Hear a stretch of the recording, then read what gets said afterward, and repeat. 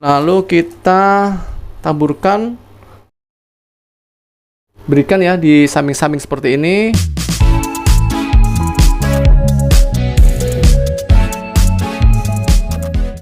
Halo guys, kembali lagi di channel Zamoroni, channel yang bahas tentang dunia tanaman hias tentunya. Nah, di video kali ini saya akan berbagi tips tentang apa, yaitu ini dia, cara membuat pupuk dasar untuk semua jenis tanaman. Nah, buat teman-teman nih yang belum mengetahui apa sih pupuk dasar itu, di sini saya akan menjelaskan detail ya, yaitu apa itu pupuk dasar, apa manfaat dari pupuk dasar, dan bagaimana cara meracik pupuk dasar yang benar. Karena seperti apa yang kita ketahui bahwa para petani profesional itu biasa mengaplikasikan pupuk dasar pada tanaman yang dirawatnya, sehingga tanaman yang dirawatnya itu bisa menghasilkan produksi yang sangat tinggi. Misalkan para petani cengkeh, para petani kentang, para petani cabai, dan lain sebagainya. Maka dari itu pupuk dasar sangatlah penting ya untuk pertumbuhan tanaman yang kita rawat untuk kedepannya. Nah, pupuk dasar ini bukan hanya dipakai untuk para kalangan profesional, yaitu untuk tanaman-tanaman pangan ataupun tanaman produksi ya, tapi kita juga bisa mengaplikasinya pada tanaman-tanaman hias ataupun tanaman-tanaman yang notabene hanya tanaman kecil yang biasa kita rawat di rumah.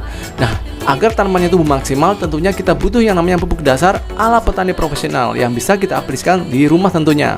Nah, gimana caranya? Tonton video ini sampai selesai guys, agar tahu cara pembuatannya, oke? Nah, sebelum menuju ke teknik cara pembuatannya, saya akan jelaskan dulu ya, apa itu pupuk dasar. Pupuk dasar adalah pupuk yang dipakai untuk pemberian nutrisi pada tanaman pada awal masa penanaman guys. Karena kenapa? Pada awal penanaman itu tanaman sangat butuh yang namanya nutrisi yang sangat banyak guys. Makanya ada yang namanya istilah pupuk dasar dan ada yang namanya istilahnya pupuk susulan. Untuk pupuk susulan nanti saya akan berikan ya di video yang lainnya, makanya teman-teman harus subscribe channel ini guys. Nah, untuk uji praktiknya saya akan menyiapkan ini ya, sebuah media tanam di sebuah pot seperti ini. Nanti juga akan saya siapkan pula tanaman yang akan saya pakai untuk penanaman awal, yaitu tanaman miana ya. Nah, media tanam awal ini yang paling bagus. Apa sih sebenarnya racikannya? Nah, media tanam yang paling bagus menurut versi saya yaitu wajibnya adalah satu adalah tanah kebun. Tanah kebun merupakan tanah yang biasa kita dapati di kebun belakang rumah kita ya, yang berwarna hitam. Jangan menggunakan tanah liat ataupun tanah merah, ingat itu. Lalu yang kedua adalah sekam bakar. Sekam bakar ini sangat penting untuk media tanam menjadi lebih gembur dan lebih poros guys. Lalu yang ketiga adalah pupuk kandang. Pupuk kandang ini bisa didapatkan dari pupuk sapi ataupun pupuk kambing, pupuk ayam, dan lain sebagainya ya. Yang penting sudah terfermentasi dengan baik. Lalu yang keempat nih, opsional, bisa ditambahkan lagi dengan kompos. Tapi kalau tidak punya kompos tidak masalah ya. Yang penting ada 3 bagian yang harus kita siapkan untuk peracikan dari media tanam yang subur, yaitu, saya ulang lagi, tanah kebun, tanah yang berwarna hitam, sekam bakar, dan pupuk kandang. Nah, yuk langsung aja kita mulai untuk uji prakteknya. Nah, seperti teman-teman lihat di depan saya ini, saya sudah menyiapkan sebuah media tanam yang saya sudah masukkan ke dalam sebuah pot ya, yang seperti ini. Potnya ini sekitar jarak diameternya 1,5 jengkal.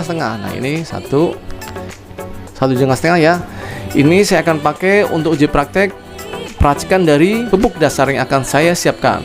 Nah, ini saya sudah racik ya, media tanamnya sudah saya campur menjadi satu, mulai dari pupuk kandang, tanah kebun, dan sekam bakar ya. Itu perbandingannya berapa? Perbandingannya adalah 1:1 semuanya, di mix menjadi satu ya. Nah, sekarang udah saya campur seperti ini, saya akan mulai untuk peracikan pupuknya sebagai pupuk dasar. Nah, ini dia. Sekarang kita lepaskan media tanam dari potnya seperti ini. Nah, ini dia. Kita tuangkan dulu ya, seperti ini. Nah, ini dia guys, ini media tanamnya saya sudah copot ya, atau saya lepaskan dari potnya. Sekarang kan persiapkan untuk pencampuran dari bahan-bahan apa yang sudah saya persiapkan, yaitu pertama adalah kapur dolomit ya.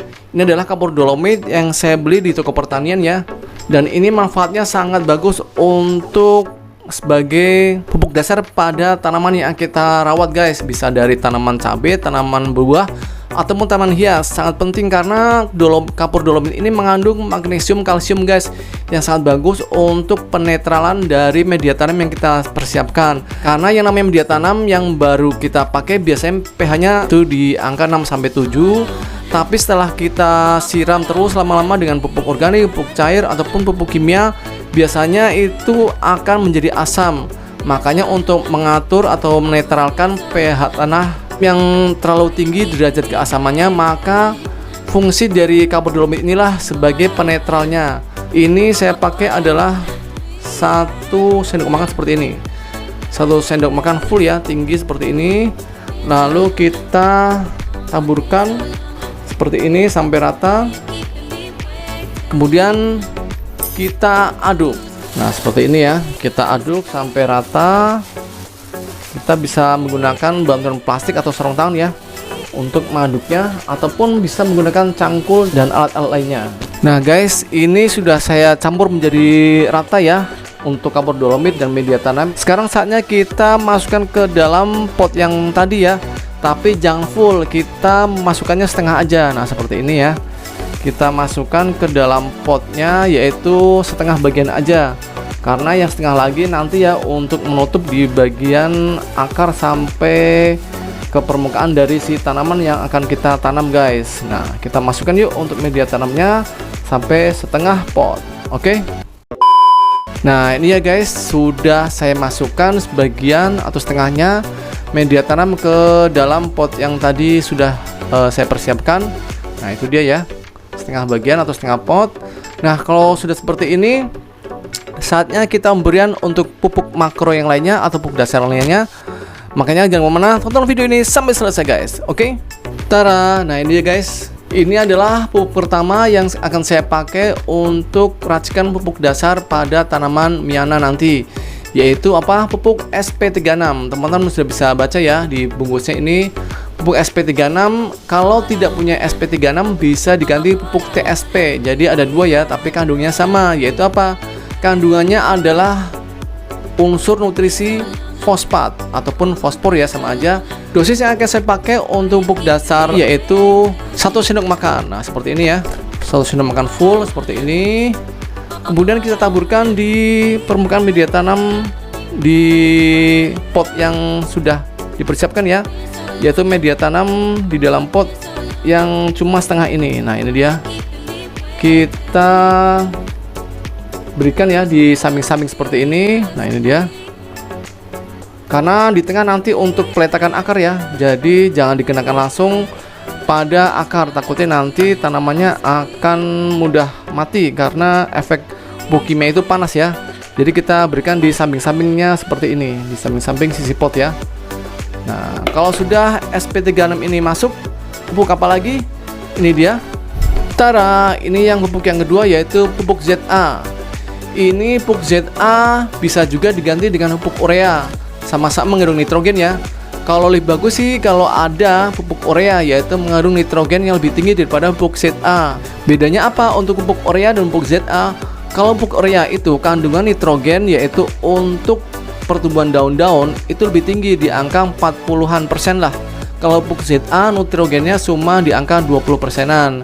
Tapi kelebihan ZA itu yaitu mengandung nutrisi yang lainnya, yaitu unsur sulfur. Sulfur juga sangat bagus untuk pertumbuhan tanaman. Nah ZA ini juga tidak mudah untuk membuat media tanam menjadi asam. Teman-teman kalau mau membeli, mendingan beli pupuk urea aja. Sekarang untuk pupuk urea dan pupuk ZA ini dosisnya berapa?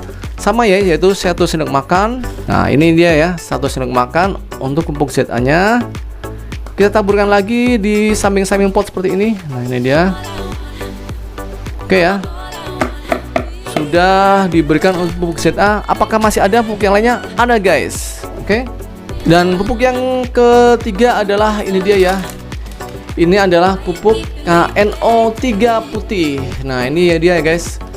Pupuk KNO3 putih ini mengandung unsur nutrisi apa? Yaitu unsur K, kalium ya, yaitu di angka 46%. Nitrogennya kecil ya, 13%. Makanya yang saya buru yaitu dinilai nutrisi K-nya, kaliumnya, yaitu 46%. Kalau teman-teman tidak punya KNO3 putih, bisa diganti dengan pupuk KCl. Karena saya kebalikan tidak punya pupuk KCl, maka saya menggunakan pupuk KNO3 putih ini, di mana sama-sama mempunyai unsur K yang tinggi ya. KCl itu lebih murah daripada KNO3 putih. Maka teman-teman kalau mau meracik, lebih baik cari KCl aja ya, itu lebih murah dan lebih larut. Nah untuk dosisnya berapa? Dosisnya sama ya, yaitu 1 sendok makan pula. Nah yuk kita taburkan. Jadi guys, 1 sendok makan ya. Kita taburkan lagi di samping-samping pot seperti ini. Nah, ini dia. Oke, nah itulah 3 pupuk ya yang saya sudah pakai untuk dijadikan sebagai pupuk dasar untuk semua jenis tanaman apapun. Ingat ya, pupuk tadi udah ada opsi opsional untuk pengganti-penggantinya. Jadi teman-teman bisa lebih tahu ya, andaikan kata mencari pupuk tertentu tapi tidak ada di toko tanaman, maka ini ada penggantinya seperti urea menjadi ZA, KCL menjadi KNO3 putih, ataupun TSP menjadi SP36. Nah yuk, setelah begini kita langsung penempatan tanaman di pot ini. Ini dia.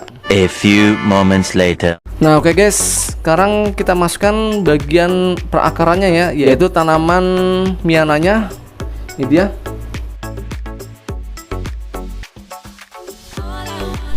Nah ini akarnya sudah masuk ya untuk miananya. Sekarang saatnya untuk menutup bagian perakarnya dengan media tanam sisaan yang setengahnya lagi.